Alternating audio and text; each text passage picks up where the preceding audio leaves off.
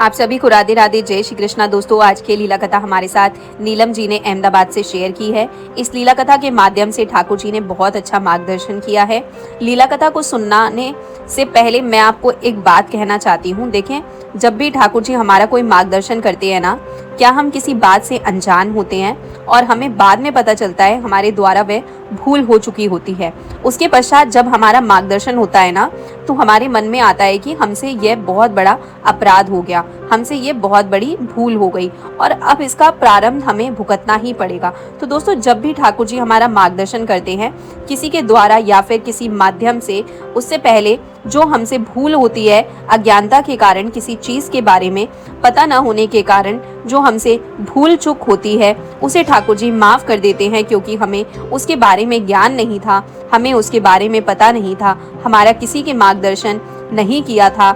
इस वजह से हमसे वह भूल हो गई और उस भूल के लिए, उस अपराध के लिए हम ठाकुर जी से जब क्षमा याचना करते हैं तो दोस्तों, हमारे ठाकुर जी बहुत ही दयालु होते हैं। वह हमारे उस अपराध को माफ़ कर देते हैं। साथ ही साथ जो हमारी भूल चूक होती है, जाने अनजाने में हमसे जो अपराध होते हैं, और हम लड्डू गोपाल की सेवा करते हैं, सेवा करते करते हम ठाकुर जी के एकादशी के व्रत भी करते हैं। तो ठाकुर जी की सेवा करने के कारण, एकादशी के व्रत करने के कारण हमारी वह छोटी छोटी भूल, हमारे वह अपराध ठाकुर जी माफ़ कर देते हैं। लेकिन अगर हमारा मार्गदर्शन होने के पश्चात, हमें अच्छी तरह से पता होने के बाद भी हम कोई गलती जानबूझ के करते हैं, तो वह सेवा अपराध कहलाता है। यानी जानबूझ के किया गया अपराध। मान लीजिए कि हमारा किसी ने मार्गदर्शन किया या किसी के द्वारा आपको पता चला कि ठाकुर जी को प्याज लहसुन का भोग नहीं लगाया जाता, उसके पश्चात भी आप प्याज लहसुन से बने हुए भोजन का भोग जानबूझकर ठाकुर जी को लगा रहे हैं कि जो हम खाते हैं उसी का भोग हमारे ठाकुर जी को लगाएंगे। ऐसा कुछ नहीं होता।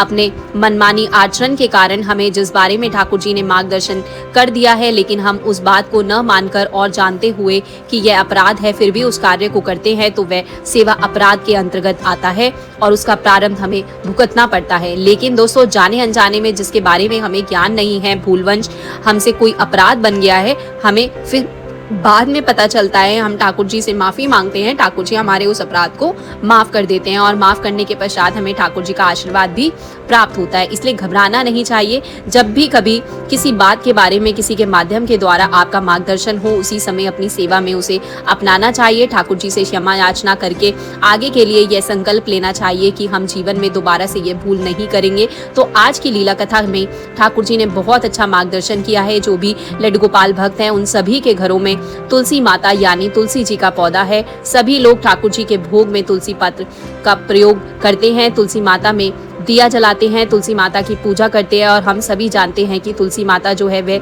वृंदा है और वृंदा विहारिणी है, यानी राधा रानी की सखी है। तुलसी भोग में के बिना तो हमारे ठाकुर जी जो है भोग स्वीकार ही नहीं करते। जो तुलसी सखी हैं ठाकुर जी की, उसे ठाकुर जी को बहुत ज़्यादा प्रेम है। इसीलिए अगर हम लड्डू गोपाल की सेवा करते हैं तो हमारे घर में तुलसी का पौधा होना भी अनिवार्य है। उसी तुलसी के पौधे को, तुलसी माता को लेकर जाने अनजाने में हमसे बहुत सारी भूल हो जाती है, जिसके कारण से हमारे घर में धन की कमी होने लगती है। लेकिन ठाकुर जी की कृपा के कारण कभी ना कभी मार्गदर्शन अवश्य होता है। नीलम जी कहते हैं कि उनके घर में भी तुलसी जी का पौधा है, वे ठाकुर जी की सेवा करती है, लड्डू गोपाल को हमेशा तुलसी भोग देती हैं। उनके भोजन में, उनके स्नान में, उनके दूध में, सभी चीज़ों में वे तुलसी पत्र अवश्य ही डालती है।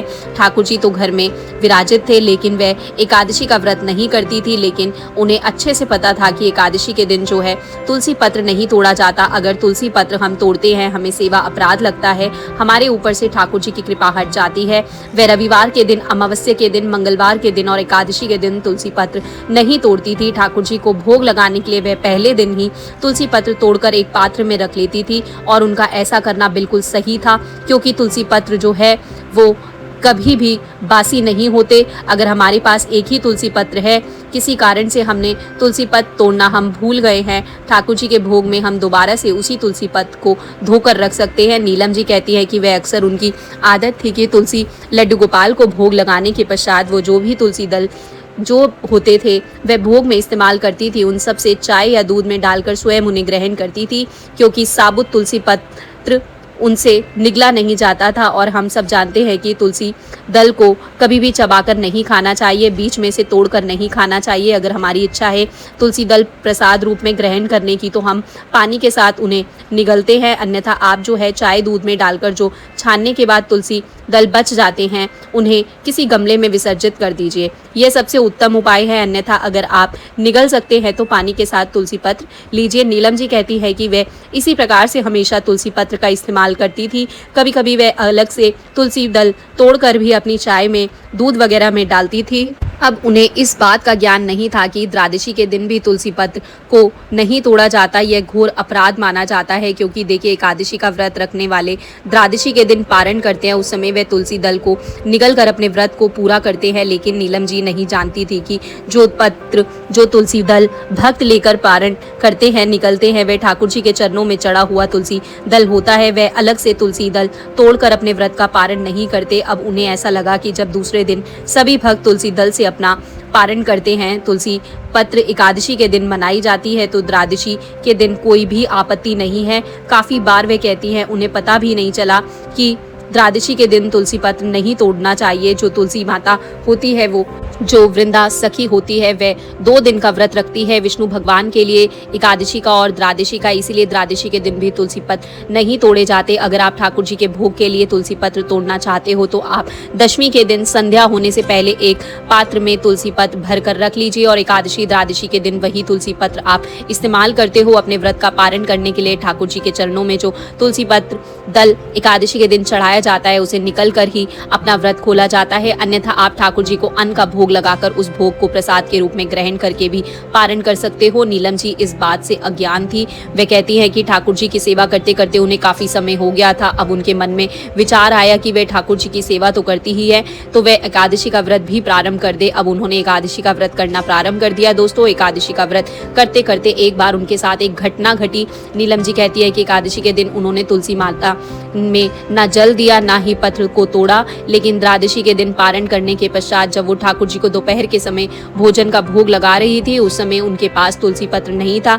इसलिए उन्होंने द्वादशी के दिन दोपहर के समय ही तुलसी पत्र तोड़ लिए और ठाकुर जी को भोग लगाया। उसके पश्चात वे कहती है कि उनके मन में यह भाव भी आया कि काफ़ी लोग कहते हैं द्वादशी के दिन तुलसी पत्र नहीं तोड़ना चाहिए, लेकिन फिर भी उन्होंने सोचा कि ऐसा कुछ नहीं होता, एकादशी के दिन ही तुलसी को नहीं स्पर्श करना चाहिए। और शाम के समय अपनी चाय बनाते वक्त भी उन्होंने तुलसी पत्र तोड़कर जो है अपनी चाय बनाकर ग्रहण की। उन्होंने 1 नहीं 2 बार यह पाप किया, यह अपराध किया, जबकि बार बार ठाकुर जी उनकी ओर संकेत कर रहे थे। उनके मन में विचार आ रहा था, तो यह जानबूझकर किया गया अपराध था। दोस्तों, अब नीलम जी कहती है कि द्वादशी के अगले दिन त्रयोदशी के दिन ही उनके साथ एक दुर्घटना होती है। वे कहती है कि वे सुबह के समय ठाकुर जी की सेवा करने के पश्चात अपने बेटे को स्कूल छोड़ने के लिए जाती है, लेकिन जब वे घर वापस आती है तो देखती है उनके सभी दरवाजे खुले हुए थे। उनके हस्बैंड ऑफिस जा चुके थे, इसीलिए नीलम जी घर का ताला लगाकर अपने बेटे को ऑफिस छोड़ने के लिए गई थी। नीलम जी कहती है कि घर का ताला खुला हुआ देखकर वो एकदम से घबरा गई। अंदर जाकर देखा तो उनके सारे जो गहने थे, जो घर में कैश रखा था, वह सब कुछ चोरी हो चुका था। वह पूरी तरह से बर्बाद हो चुके थे, क्योंकि बड़ी मेहनत के साथ उन्होंने अपने गहने बनवाए थे। उनके घर में जो कैश रखा था वह उनके पति की जमा पूंजी थी, वह सब कुछ लूट चुका था। अब जो है वह जोर जोर से रोने लगी और कहने लगी, ठाकुर जी हमारे घर में इतनी बड़ी चोरी कैसे हो गई? आपने रक्षा क्यों नहीं की? आपने मुझे कोई संकेत क्यों नहीं दिया? ठाकुर जी मैं आपकी सेवा करती हूँ। वो बार बार ठाकुर जी से प्रार्थना कर रही थी, हे ठाकुर जी कृपा कीजिए, ठाकुर जी कृपा कीजिए, कृपा करके मार्गदर्शन कीजिए, मुझसे क्या अपराध हुआ है, मुझसे क्या भूल हुई है, इस कारण से किस कर्म का फल मुझे मिला है। हमारी सारी जमा पूंजी, हमारी मेहनत का सारा पैसा, सारे जेवरात हमारे चोरी हो गए हैं। ठाकुर जी आपको ही पता है, आप ही साक्षी हो।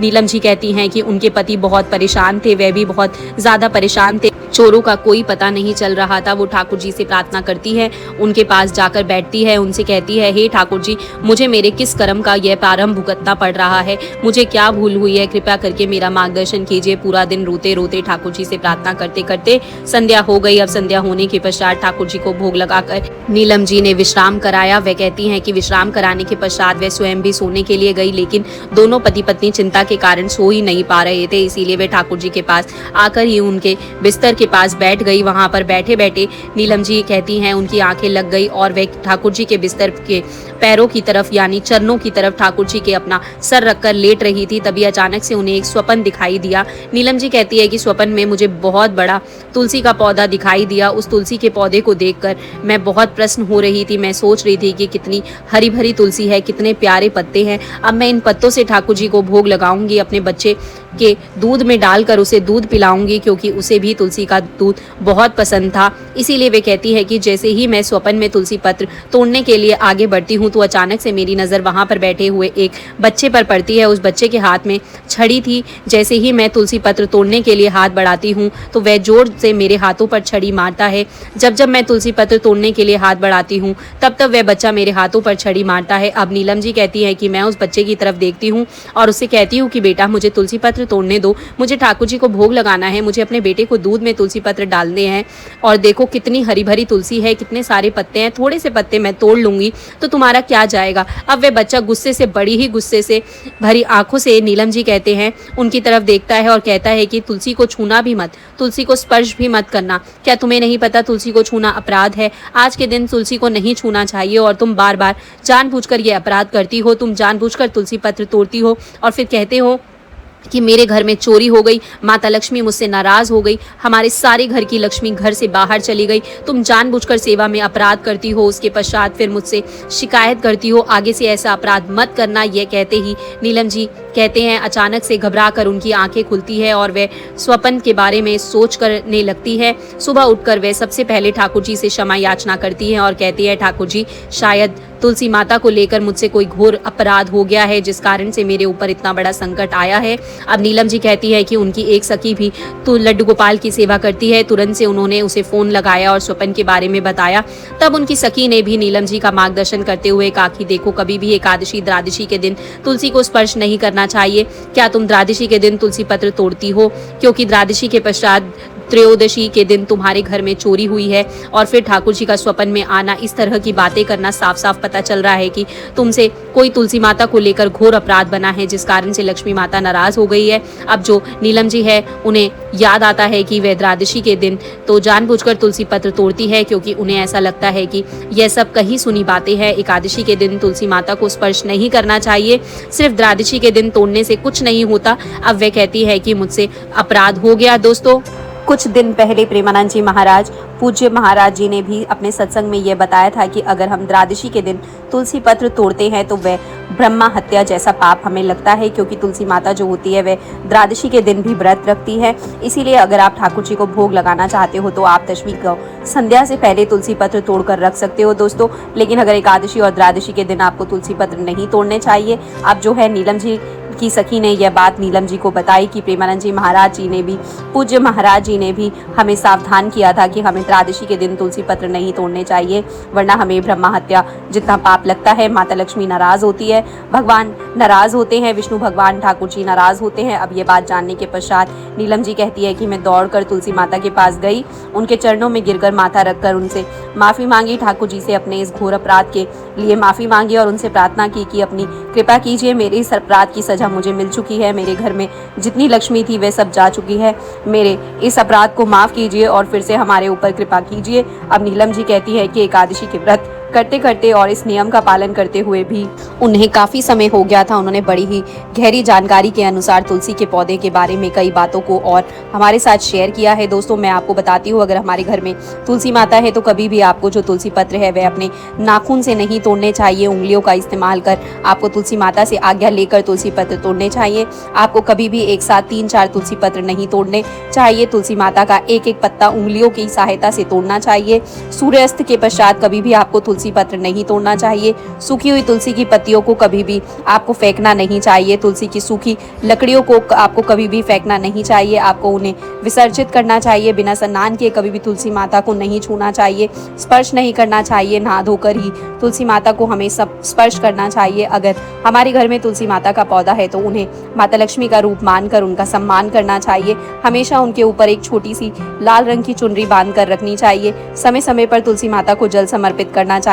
हमें बहुत ही सावधानी के साथ सम्मान पूर्वक तुलसी के पौधे की देखभाल करनी चाहिए। अब नीलम जी कहती है कि धीरे धीरे शायद ठाकुर जी ने मेरे अपराध को क्षमा कर दिया, क्योंकि मैं जानबूझकर यह सेवा अपराध कर रही थी। मेरे मन में बार बार आता था, ठाकुर जी बार बार संकेत करते थे, लेकिन मैं ये सोच कर कि ऐसा कुछ नहीं होता, द्वादशी के दिन ये अपराध करती थी। तो दोस्तों, अगर आप भी इस बारे में नहीं जानते थे कि तुलसी माता के पत्तों को द्वादशी के दिन भी नहीं तोड़ना चाहिए, आज आपका मार्गदर्शन ठाकुर जी ने किया है इस लीला कथा के माध्यम से। तो आज से ही इस नियम को अपने जीवन में धारण कर लीजिए और एकादशी और द्वादशी के दिन तुलसी पत्र को नहीं तोड़िए। अगर आपसे ये अपराध बन गया है, जाने अनजाने में आपसे भूल हुई है, तो आप इसके लिए ठाकुर जी से क्षमा याचना कीजिए कि जाने अनजाने में किए गए अपराध को ठाकुर जी माफ कर देते हैं। माता तुलसी से माफी मांगिए और ये संकल्प लीजिए कि आज के बाद आप दोबारा से अपने जीवन में ऐसा अपराध नहीं करेंगे। द्वादशी के दिन हम अपने एकादशी व्रत का पारण कर लेते हैं। अगर आपके पास तुलसी पत्र ठाकुर जी को भोग लगाने के लिए समाप्त हो गए हैं, तो आप तुलसी की माला का प्रयोग कर सकते हो। आप तुलसी की जो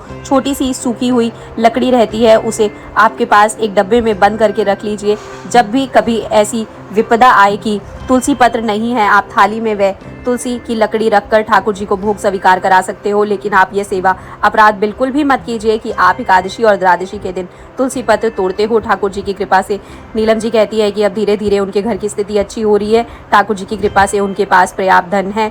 नीलम जी कहती है कि अगर उनके घर में चोरी हुई, उनका बहुत सारा सामान जो है चोरी हो गया, उनकी जमा पूंजी जितनी भी थी सब चोरी हो गई, लेकिन क्षमा याचना करने के पश्चात, एकादशी के व्रत करने के पश्चात ठाकुर जी ने धन कमाने के दूसरे रास्ते भी खोल दिए। शायद माता लक्ष्मी ने उन्हें माफ़ कर दिया है, ठाकुर जी ने उन्हें माफ़ कर दिया है। इस वजह से बहुत जल्दी ही उन्होंने जितना धन गंवाया था उतना पर्याप्त धन फिर से संचित कर लिया है, और ये सब ठाकुर जी की ही कृपा है। अगर आपसे कोई सेवा अपराध हो गया है, जाने अनजाने में कोई भूल चूक आपसे हो गई है, तो डरिए मत दोस्तों, घबराइए मत बिल्कुल भी। आप ठाकुर जी से प्रार्थना कीजिए, हे ठाकुर जी, जाने अनजाने में अज्ञानतावश मुझसे ये अपराध बना है, अब आपने मेरा मार्गदर्शन किया है, तो मैं अपने जीवन में इस अपराध को दोबारा से नहीं करूँगी। इस तरह से ठाकुर जी हमारे द्वारा जाने अनजाने के लिए कई सेवा अपराध को माफ़ कर देते हैं। तो दोस्तों, बहुत ही प्यारी लीला कथा थी, जिसके माध्यम से ठाकुर जी हमारा बहुत अच्छा मार्गदर्शन किया है।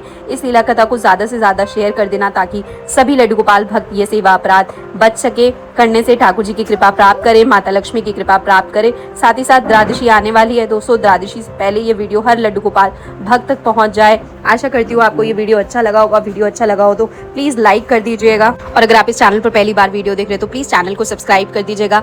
कुछ भी आपकी लीला कथा हो, विचार हो, कमेंट सेक्शन में मुझे बताइएगा। अगर कुछ नहीं भी है तो प्लीज भगवान का नाम जरूर लिखिएगा कमेंट सेक्शन में। राधे राधे, जय श्री कृष्णा। तो कल दोस्तों मैं फिर एक और लीला कथा आप सबके लिए लेकर आऊंगी, अपने प्यारे लड्डू गोपाल भक्तों के लिए। अभी फिलहाल आप सभी को मेरी तरफ से राधे राधे, जय श्री कृष्णा। बांके बिहारी लाल की जय दोस्तों।